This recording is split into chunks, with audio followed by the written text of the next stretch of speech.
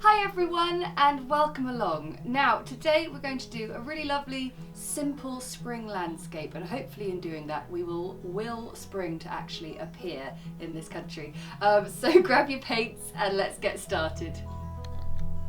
Right, so I've masked down my 6 by 8 inch piece of paper because we're going to do some washes. We're going to cover the whole page, and in doing those washes we need some brushes that are a little different to our regular pointed rounds. I've got a mop brush here which is perfect for sploshing and covering large areas of paper with a wash. The one stroke brush, really useful for quite sort of controlled but large areas of paint going down. And then this is a great brush. It's the size 12 Pro Art Connoisseur brush that I love to use for doing a little bit more sort of activity in a larger sort of wash scenario, so sort of creating clouds on a big blue sky. But they are all available in my Etsy shop, which is pretty cool. And yeah, this one comes as part of a set of 3 that I call the Bloom brush set because they're all fantastic for painting flowers as well. So the nice thing about these brushes is you get a lovely broad use for them. Now, first things first, I'm going to draw a horizon line about so maybe just shy of a quarter up the page, and that's all we really need for our pencil. And what I'm going to do first off, it's always a good idea to make sure that your large brushes are clean before you start using them. So checking on your kitchen roll, I'm going to just place down a wash of water down to the horizon line, and we just want to make sure that there's a lovely even coverage of water on there. No puddling, no pools of water, but in getting my mop brush really nice and wet beforehand, that's just allowed to go on in one single stroke. Now I'm going to use some Cobalt Blue Deep for my sky. It's a lovely, really rich sort of cornflower blue. I think it might be nice to add in just a little bit of a turquoisey tone as well, just to get a slight bit more freshness in there. And we're going to have a go at painting a lovely summer, spring, or I mean I say spring, but I don't know if you can hear the rain outside at the moment. A spring-like sky, a warm sky. So what I'm going to do, there's a huge amount of bristles here. They're going to soak up the colour and paint very easily. So I don't want to sort of have tons and tons of paint in here. So I'm just going to wipe it off on the rim there. And I'm going to begin by painting a few strokes just back and forth, just the top area there, and you can see how it's just sitting really nicely on that wet page and softening in. And now what I'm going to start doing is starting to create a little bit of interest, a little bit of texture, lots of sort of curls and swirls, and I'm going to start sort of using the unpainted space to form some clouds.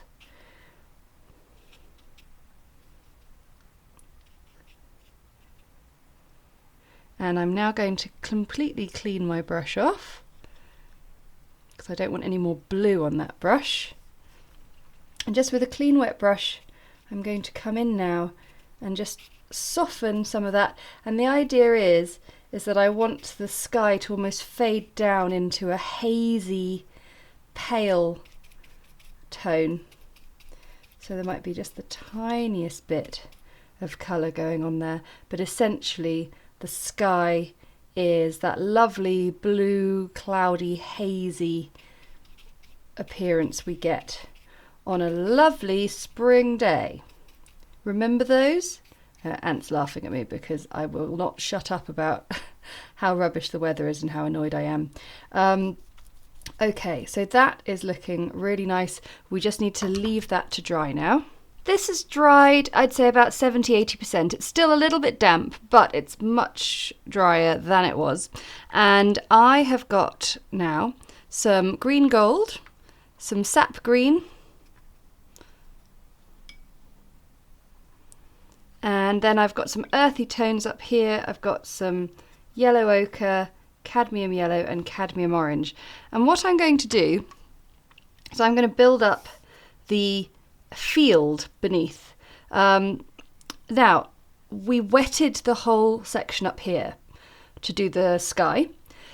We are going to go straight onto a dry page with this one because it's a much smaller area to paint for starters, and it is going to be a little bit more of a sort of streaks of colour using the one stroke brush, which is brilliant. So I don't feel the need to wet the whole thing.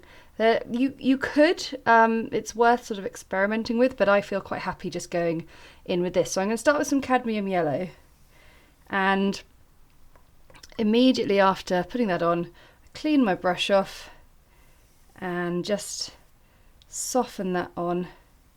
I've placed it in the middle of the piece because what I want to do is down below want to start building in maybe some sort of deeper, darker tones with the green gold there. And then I've turned my brush on its side here to get a little bit of sort of texture into the field there, and then back to normal. And then I'm going to take a little bit of green gold and a bit of Payne's grey, just a slightly greyer tone, and turn my brush on its side just to get a thinner edge. And we've got ourselves a nice field. I want to take a bit more Payne's grey, and this time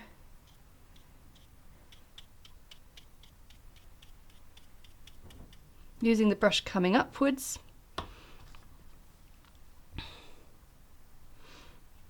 and then just placing in a few little more dabs with a pointed round brush just to get a bit more darkness in there, because what you find is you want your piece to be framed by deeper tones coming in from the side.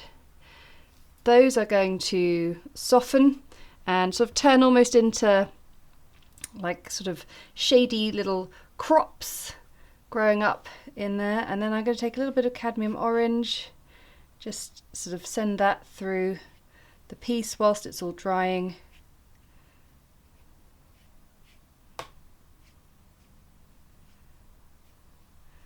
And then just a little bit more of this cooler tones just coming in from the side.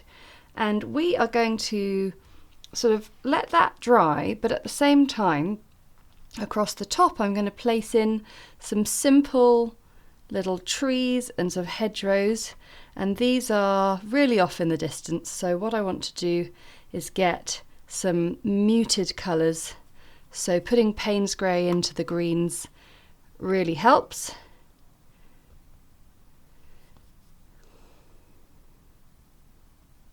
And because you can see already that this is dried enough that this did not sort of bleed up into there too much. So what I'm going to do is I'm going to begin to create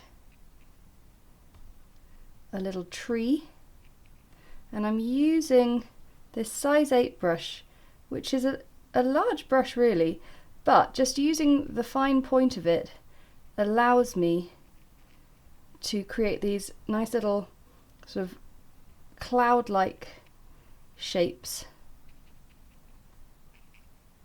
with little bits of unpainted space in here that are going to turn into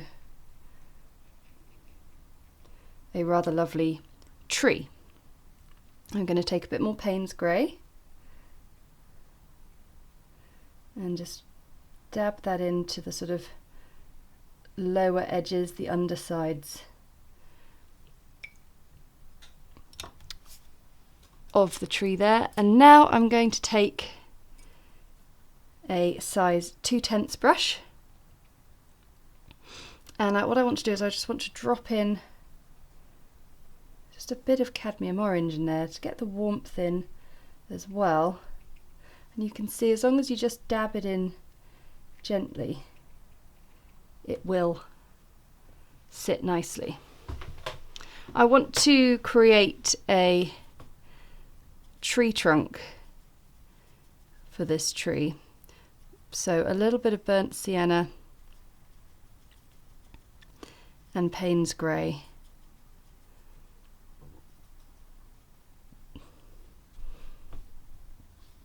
Will do the trick. So if I sort of start from underneath, and the idea is that we might get a little bit of a bleed down into the field, but not a huge amount. And now I'm going to send my branches up in the gaps. This is one of my favourite things to do with watercolour, is create these trees.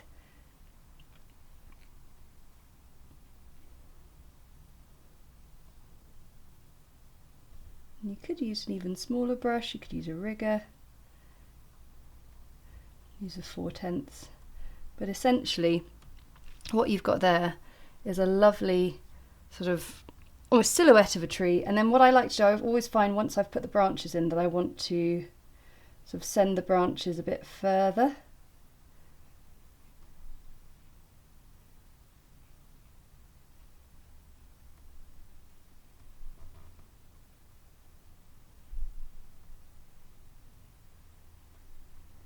And then from there I can just put in a few last little dabs, and I find that is when the tree goes from looking like a sort of a fairly simply painted tree into being something just a little bit more realistic.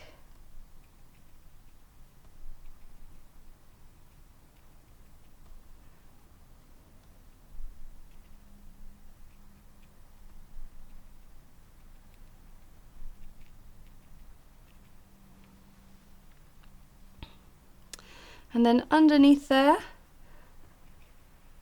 I'm going to just create a little bit of a hedgerow, just sort of going off into the distance.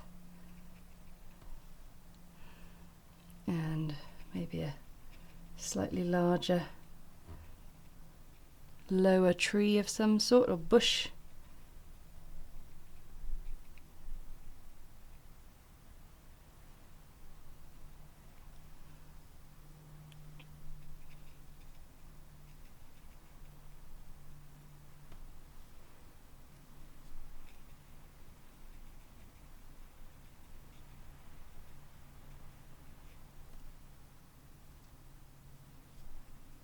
And remember, they can all sort of have slightly different tones, different colours. But where it meets the ground, it wants to really sort of emphasise some shadow there. And then I think I will put in just some sort of slightly more distant trees just off over here.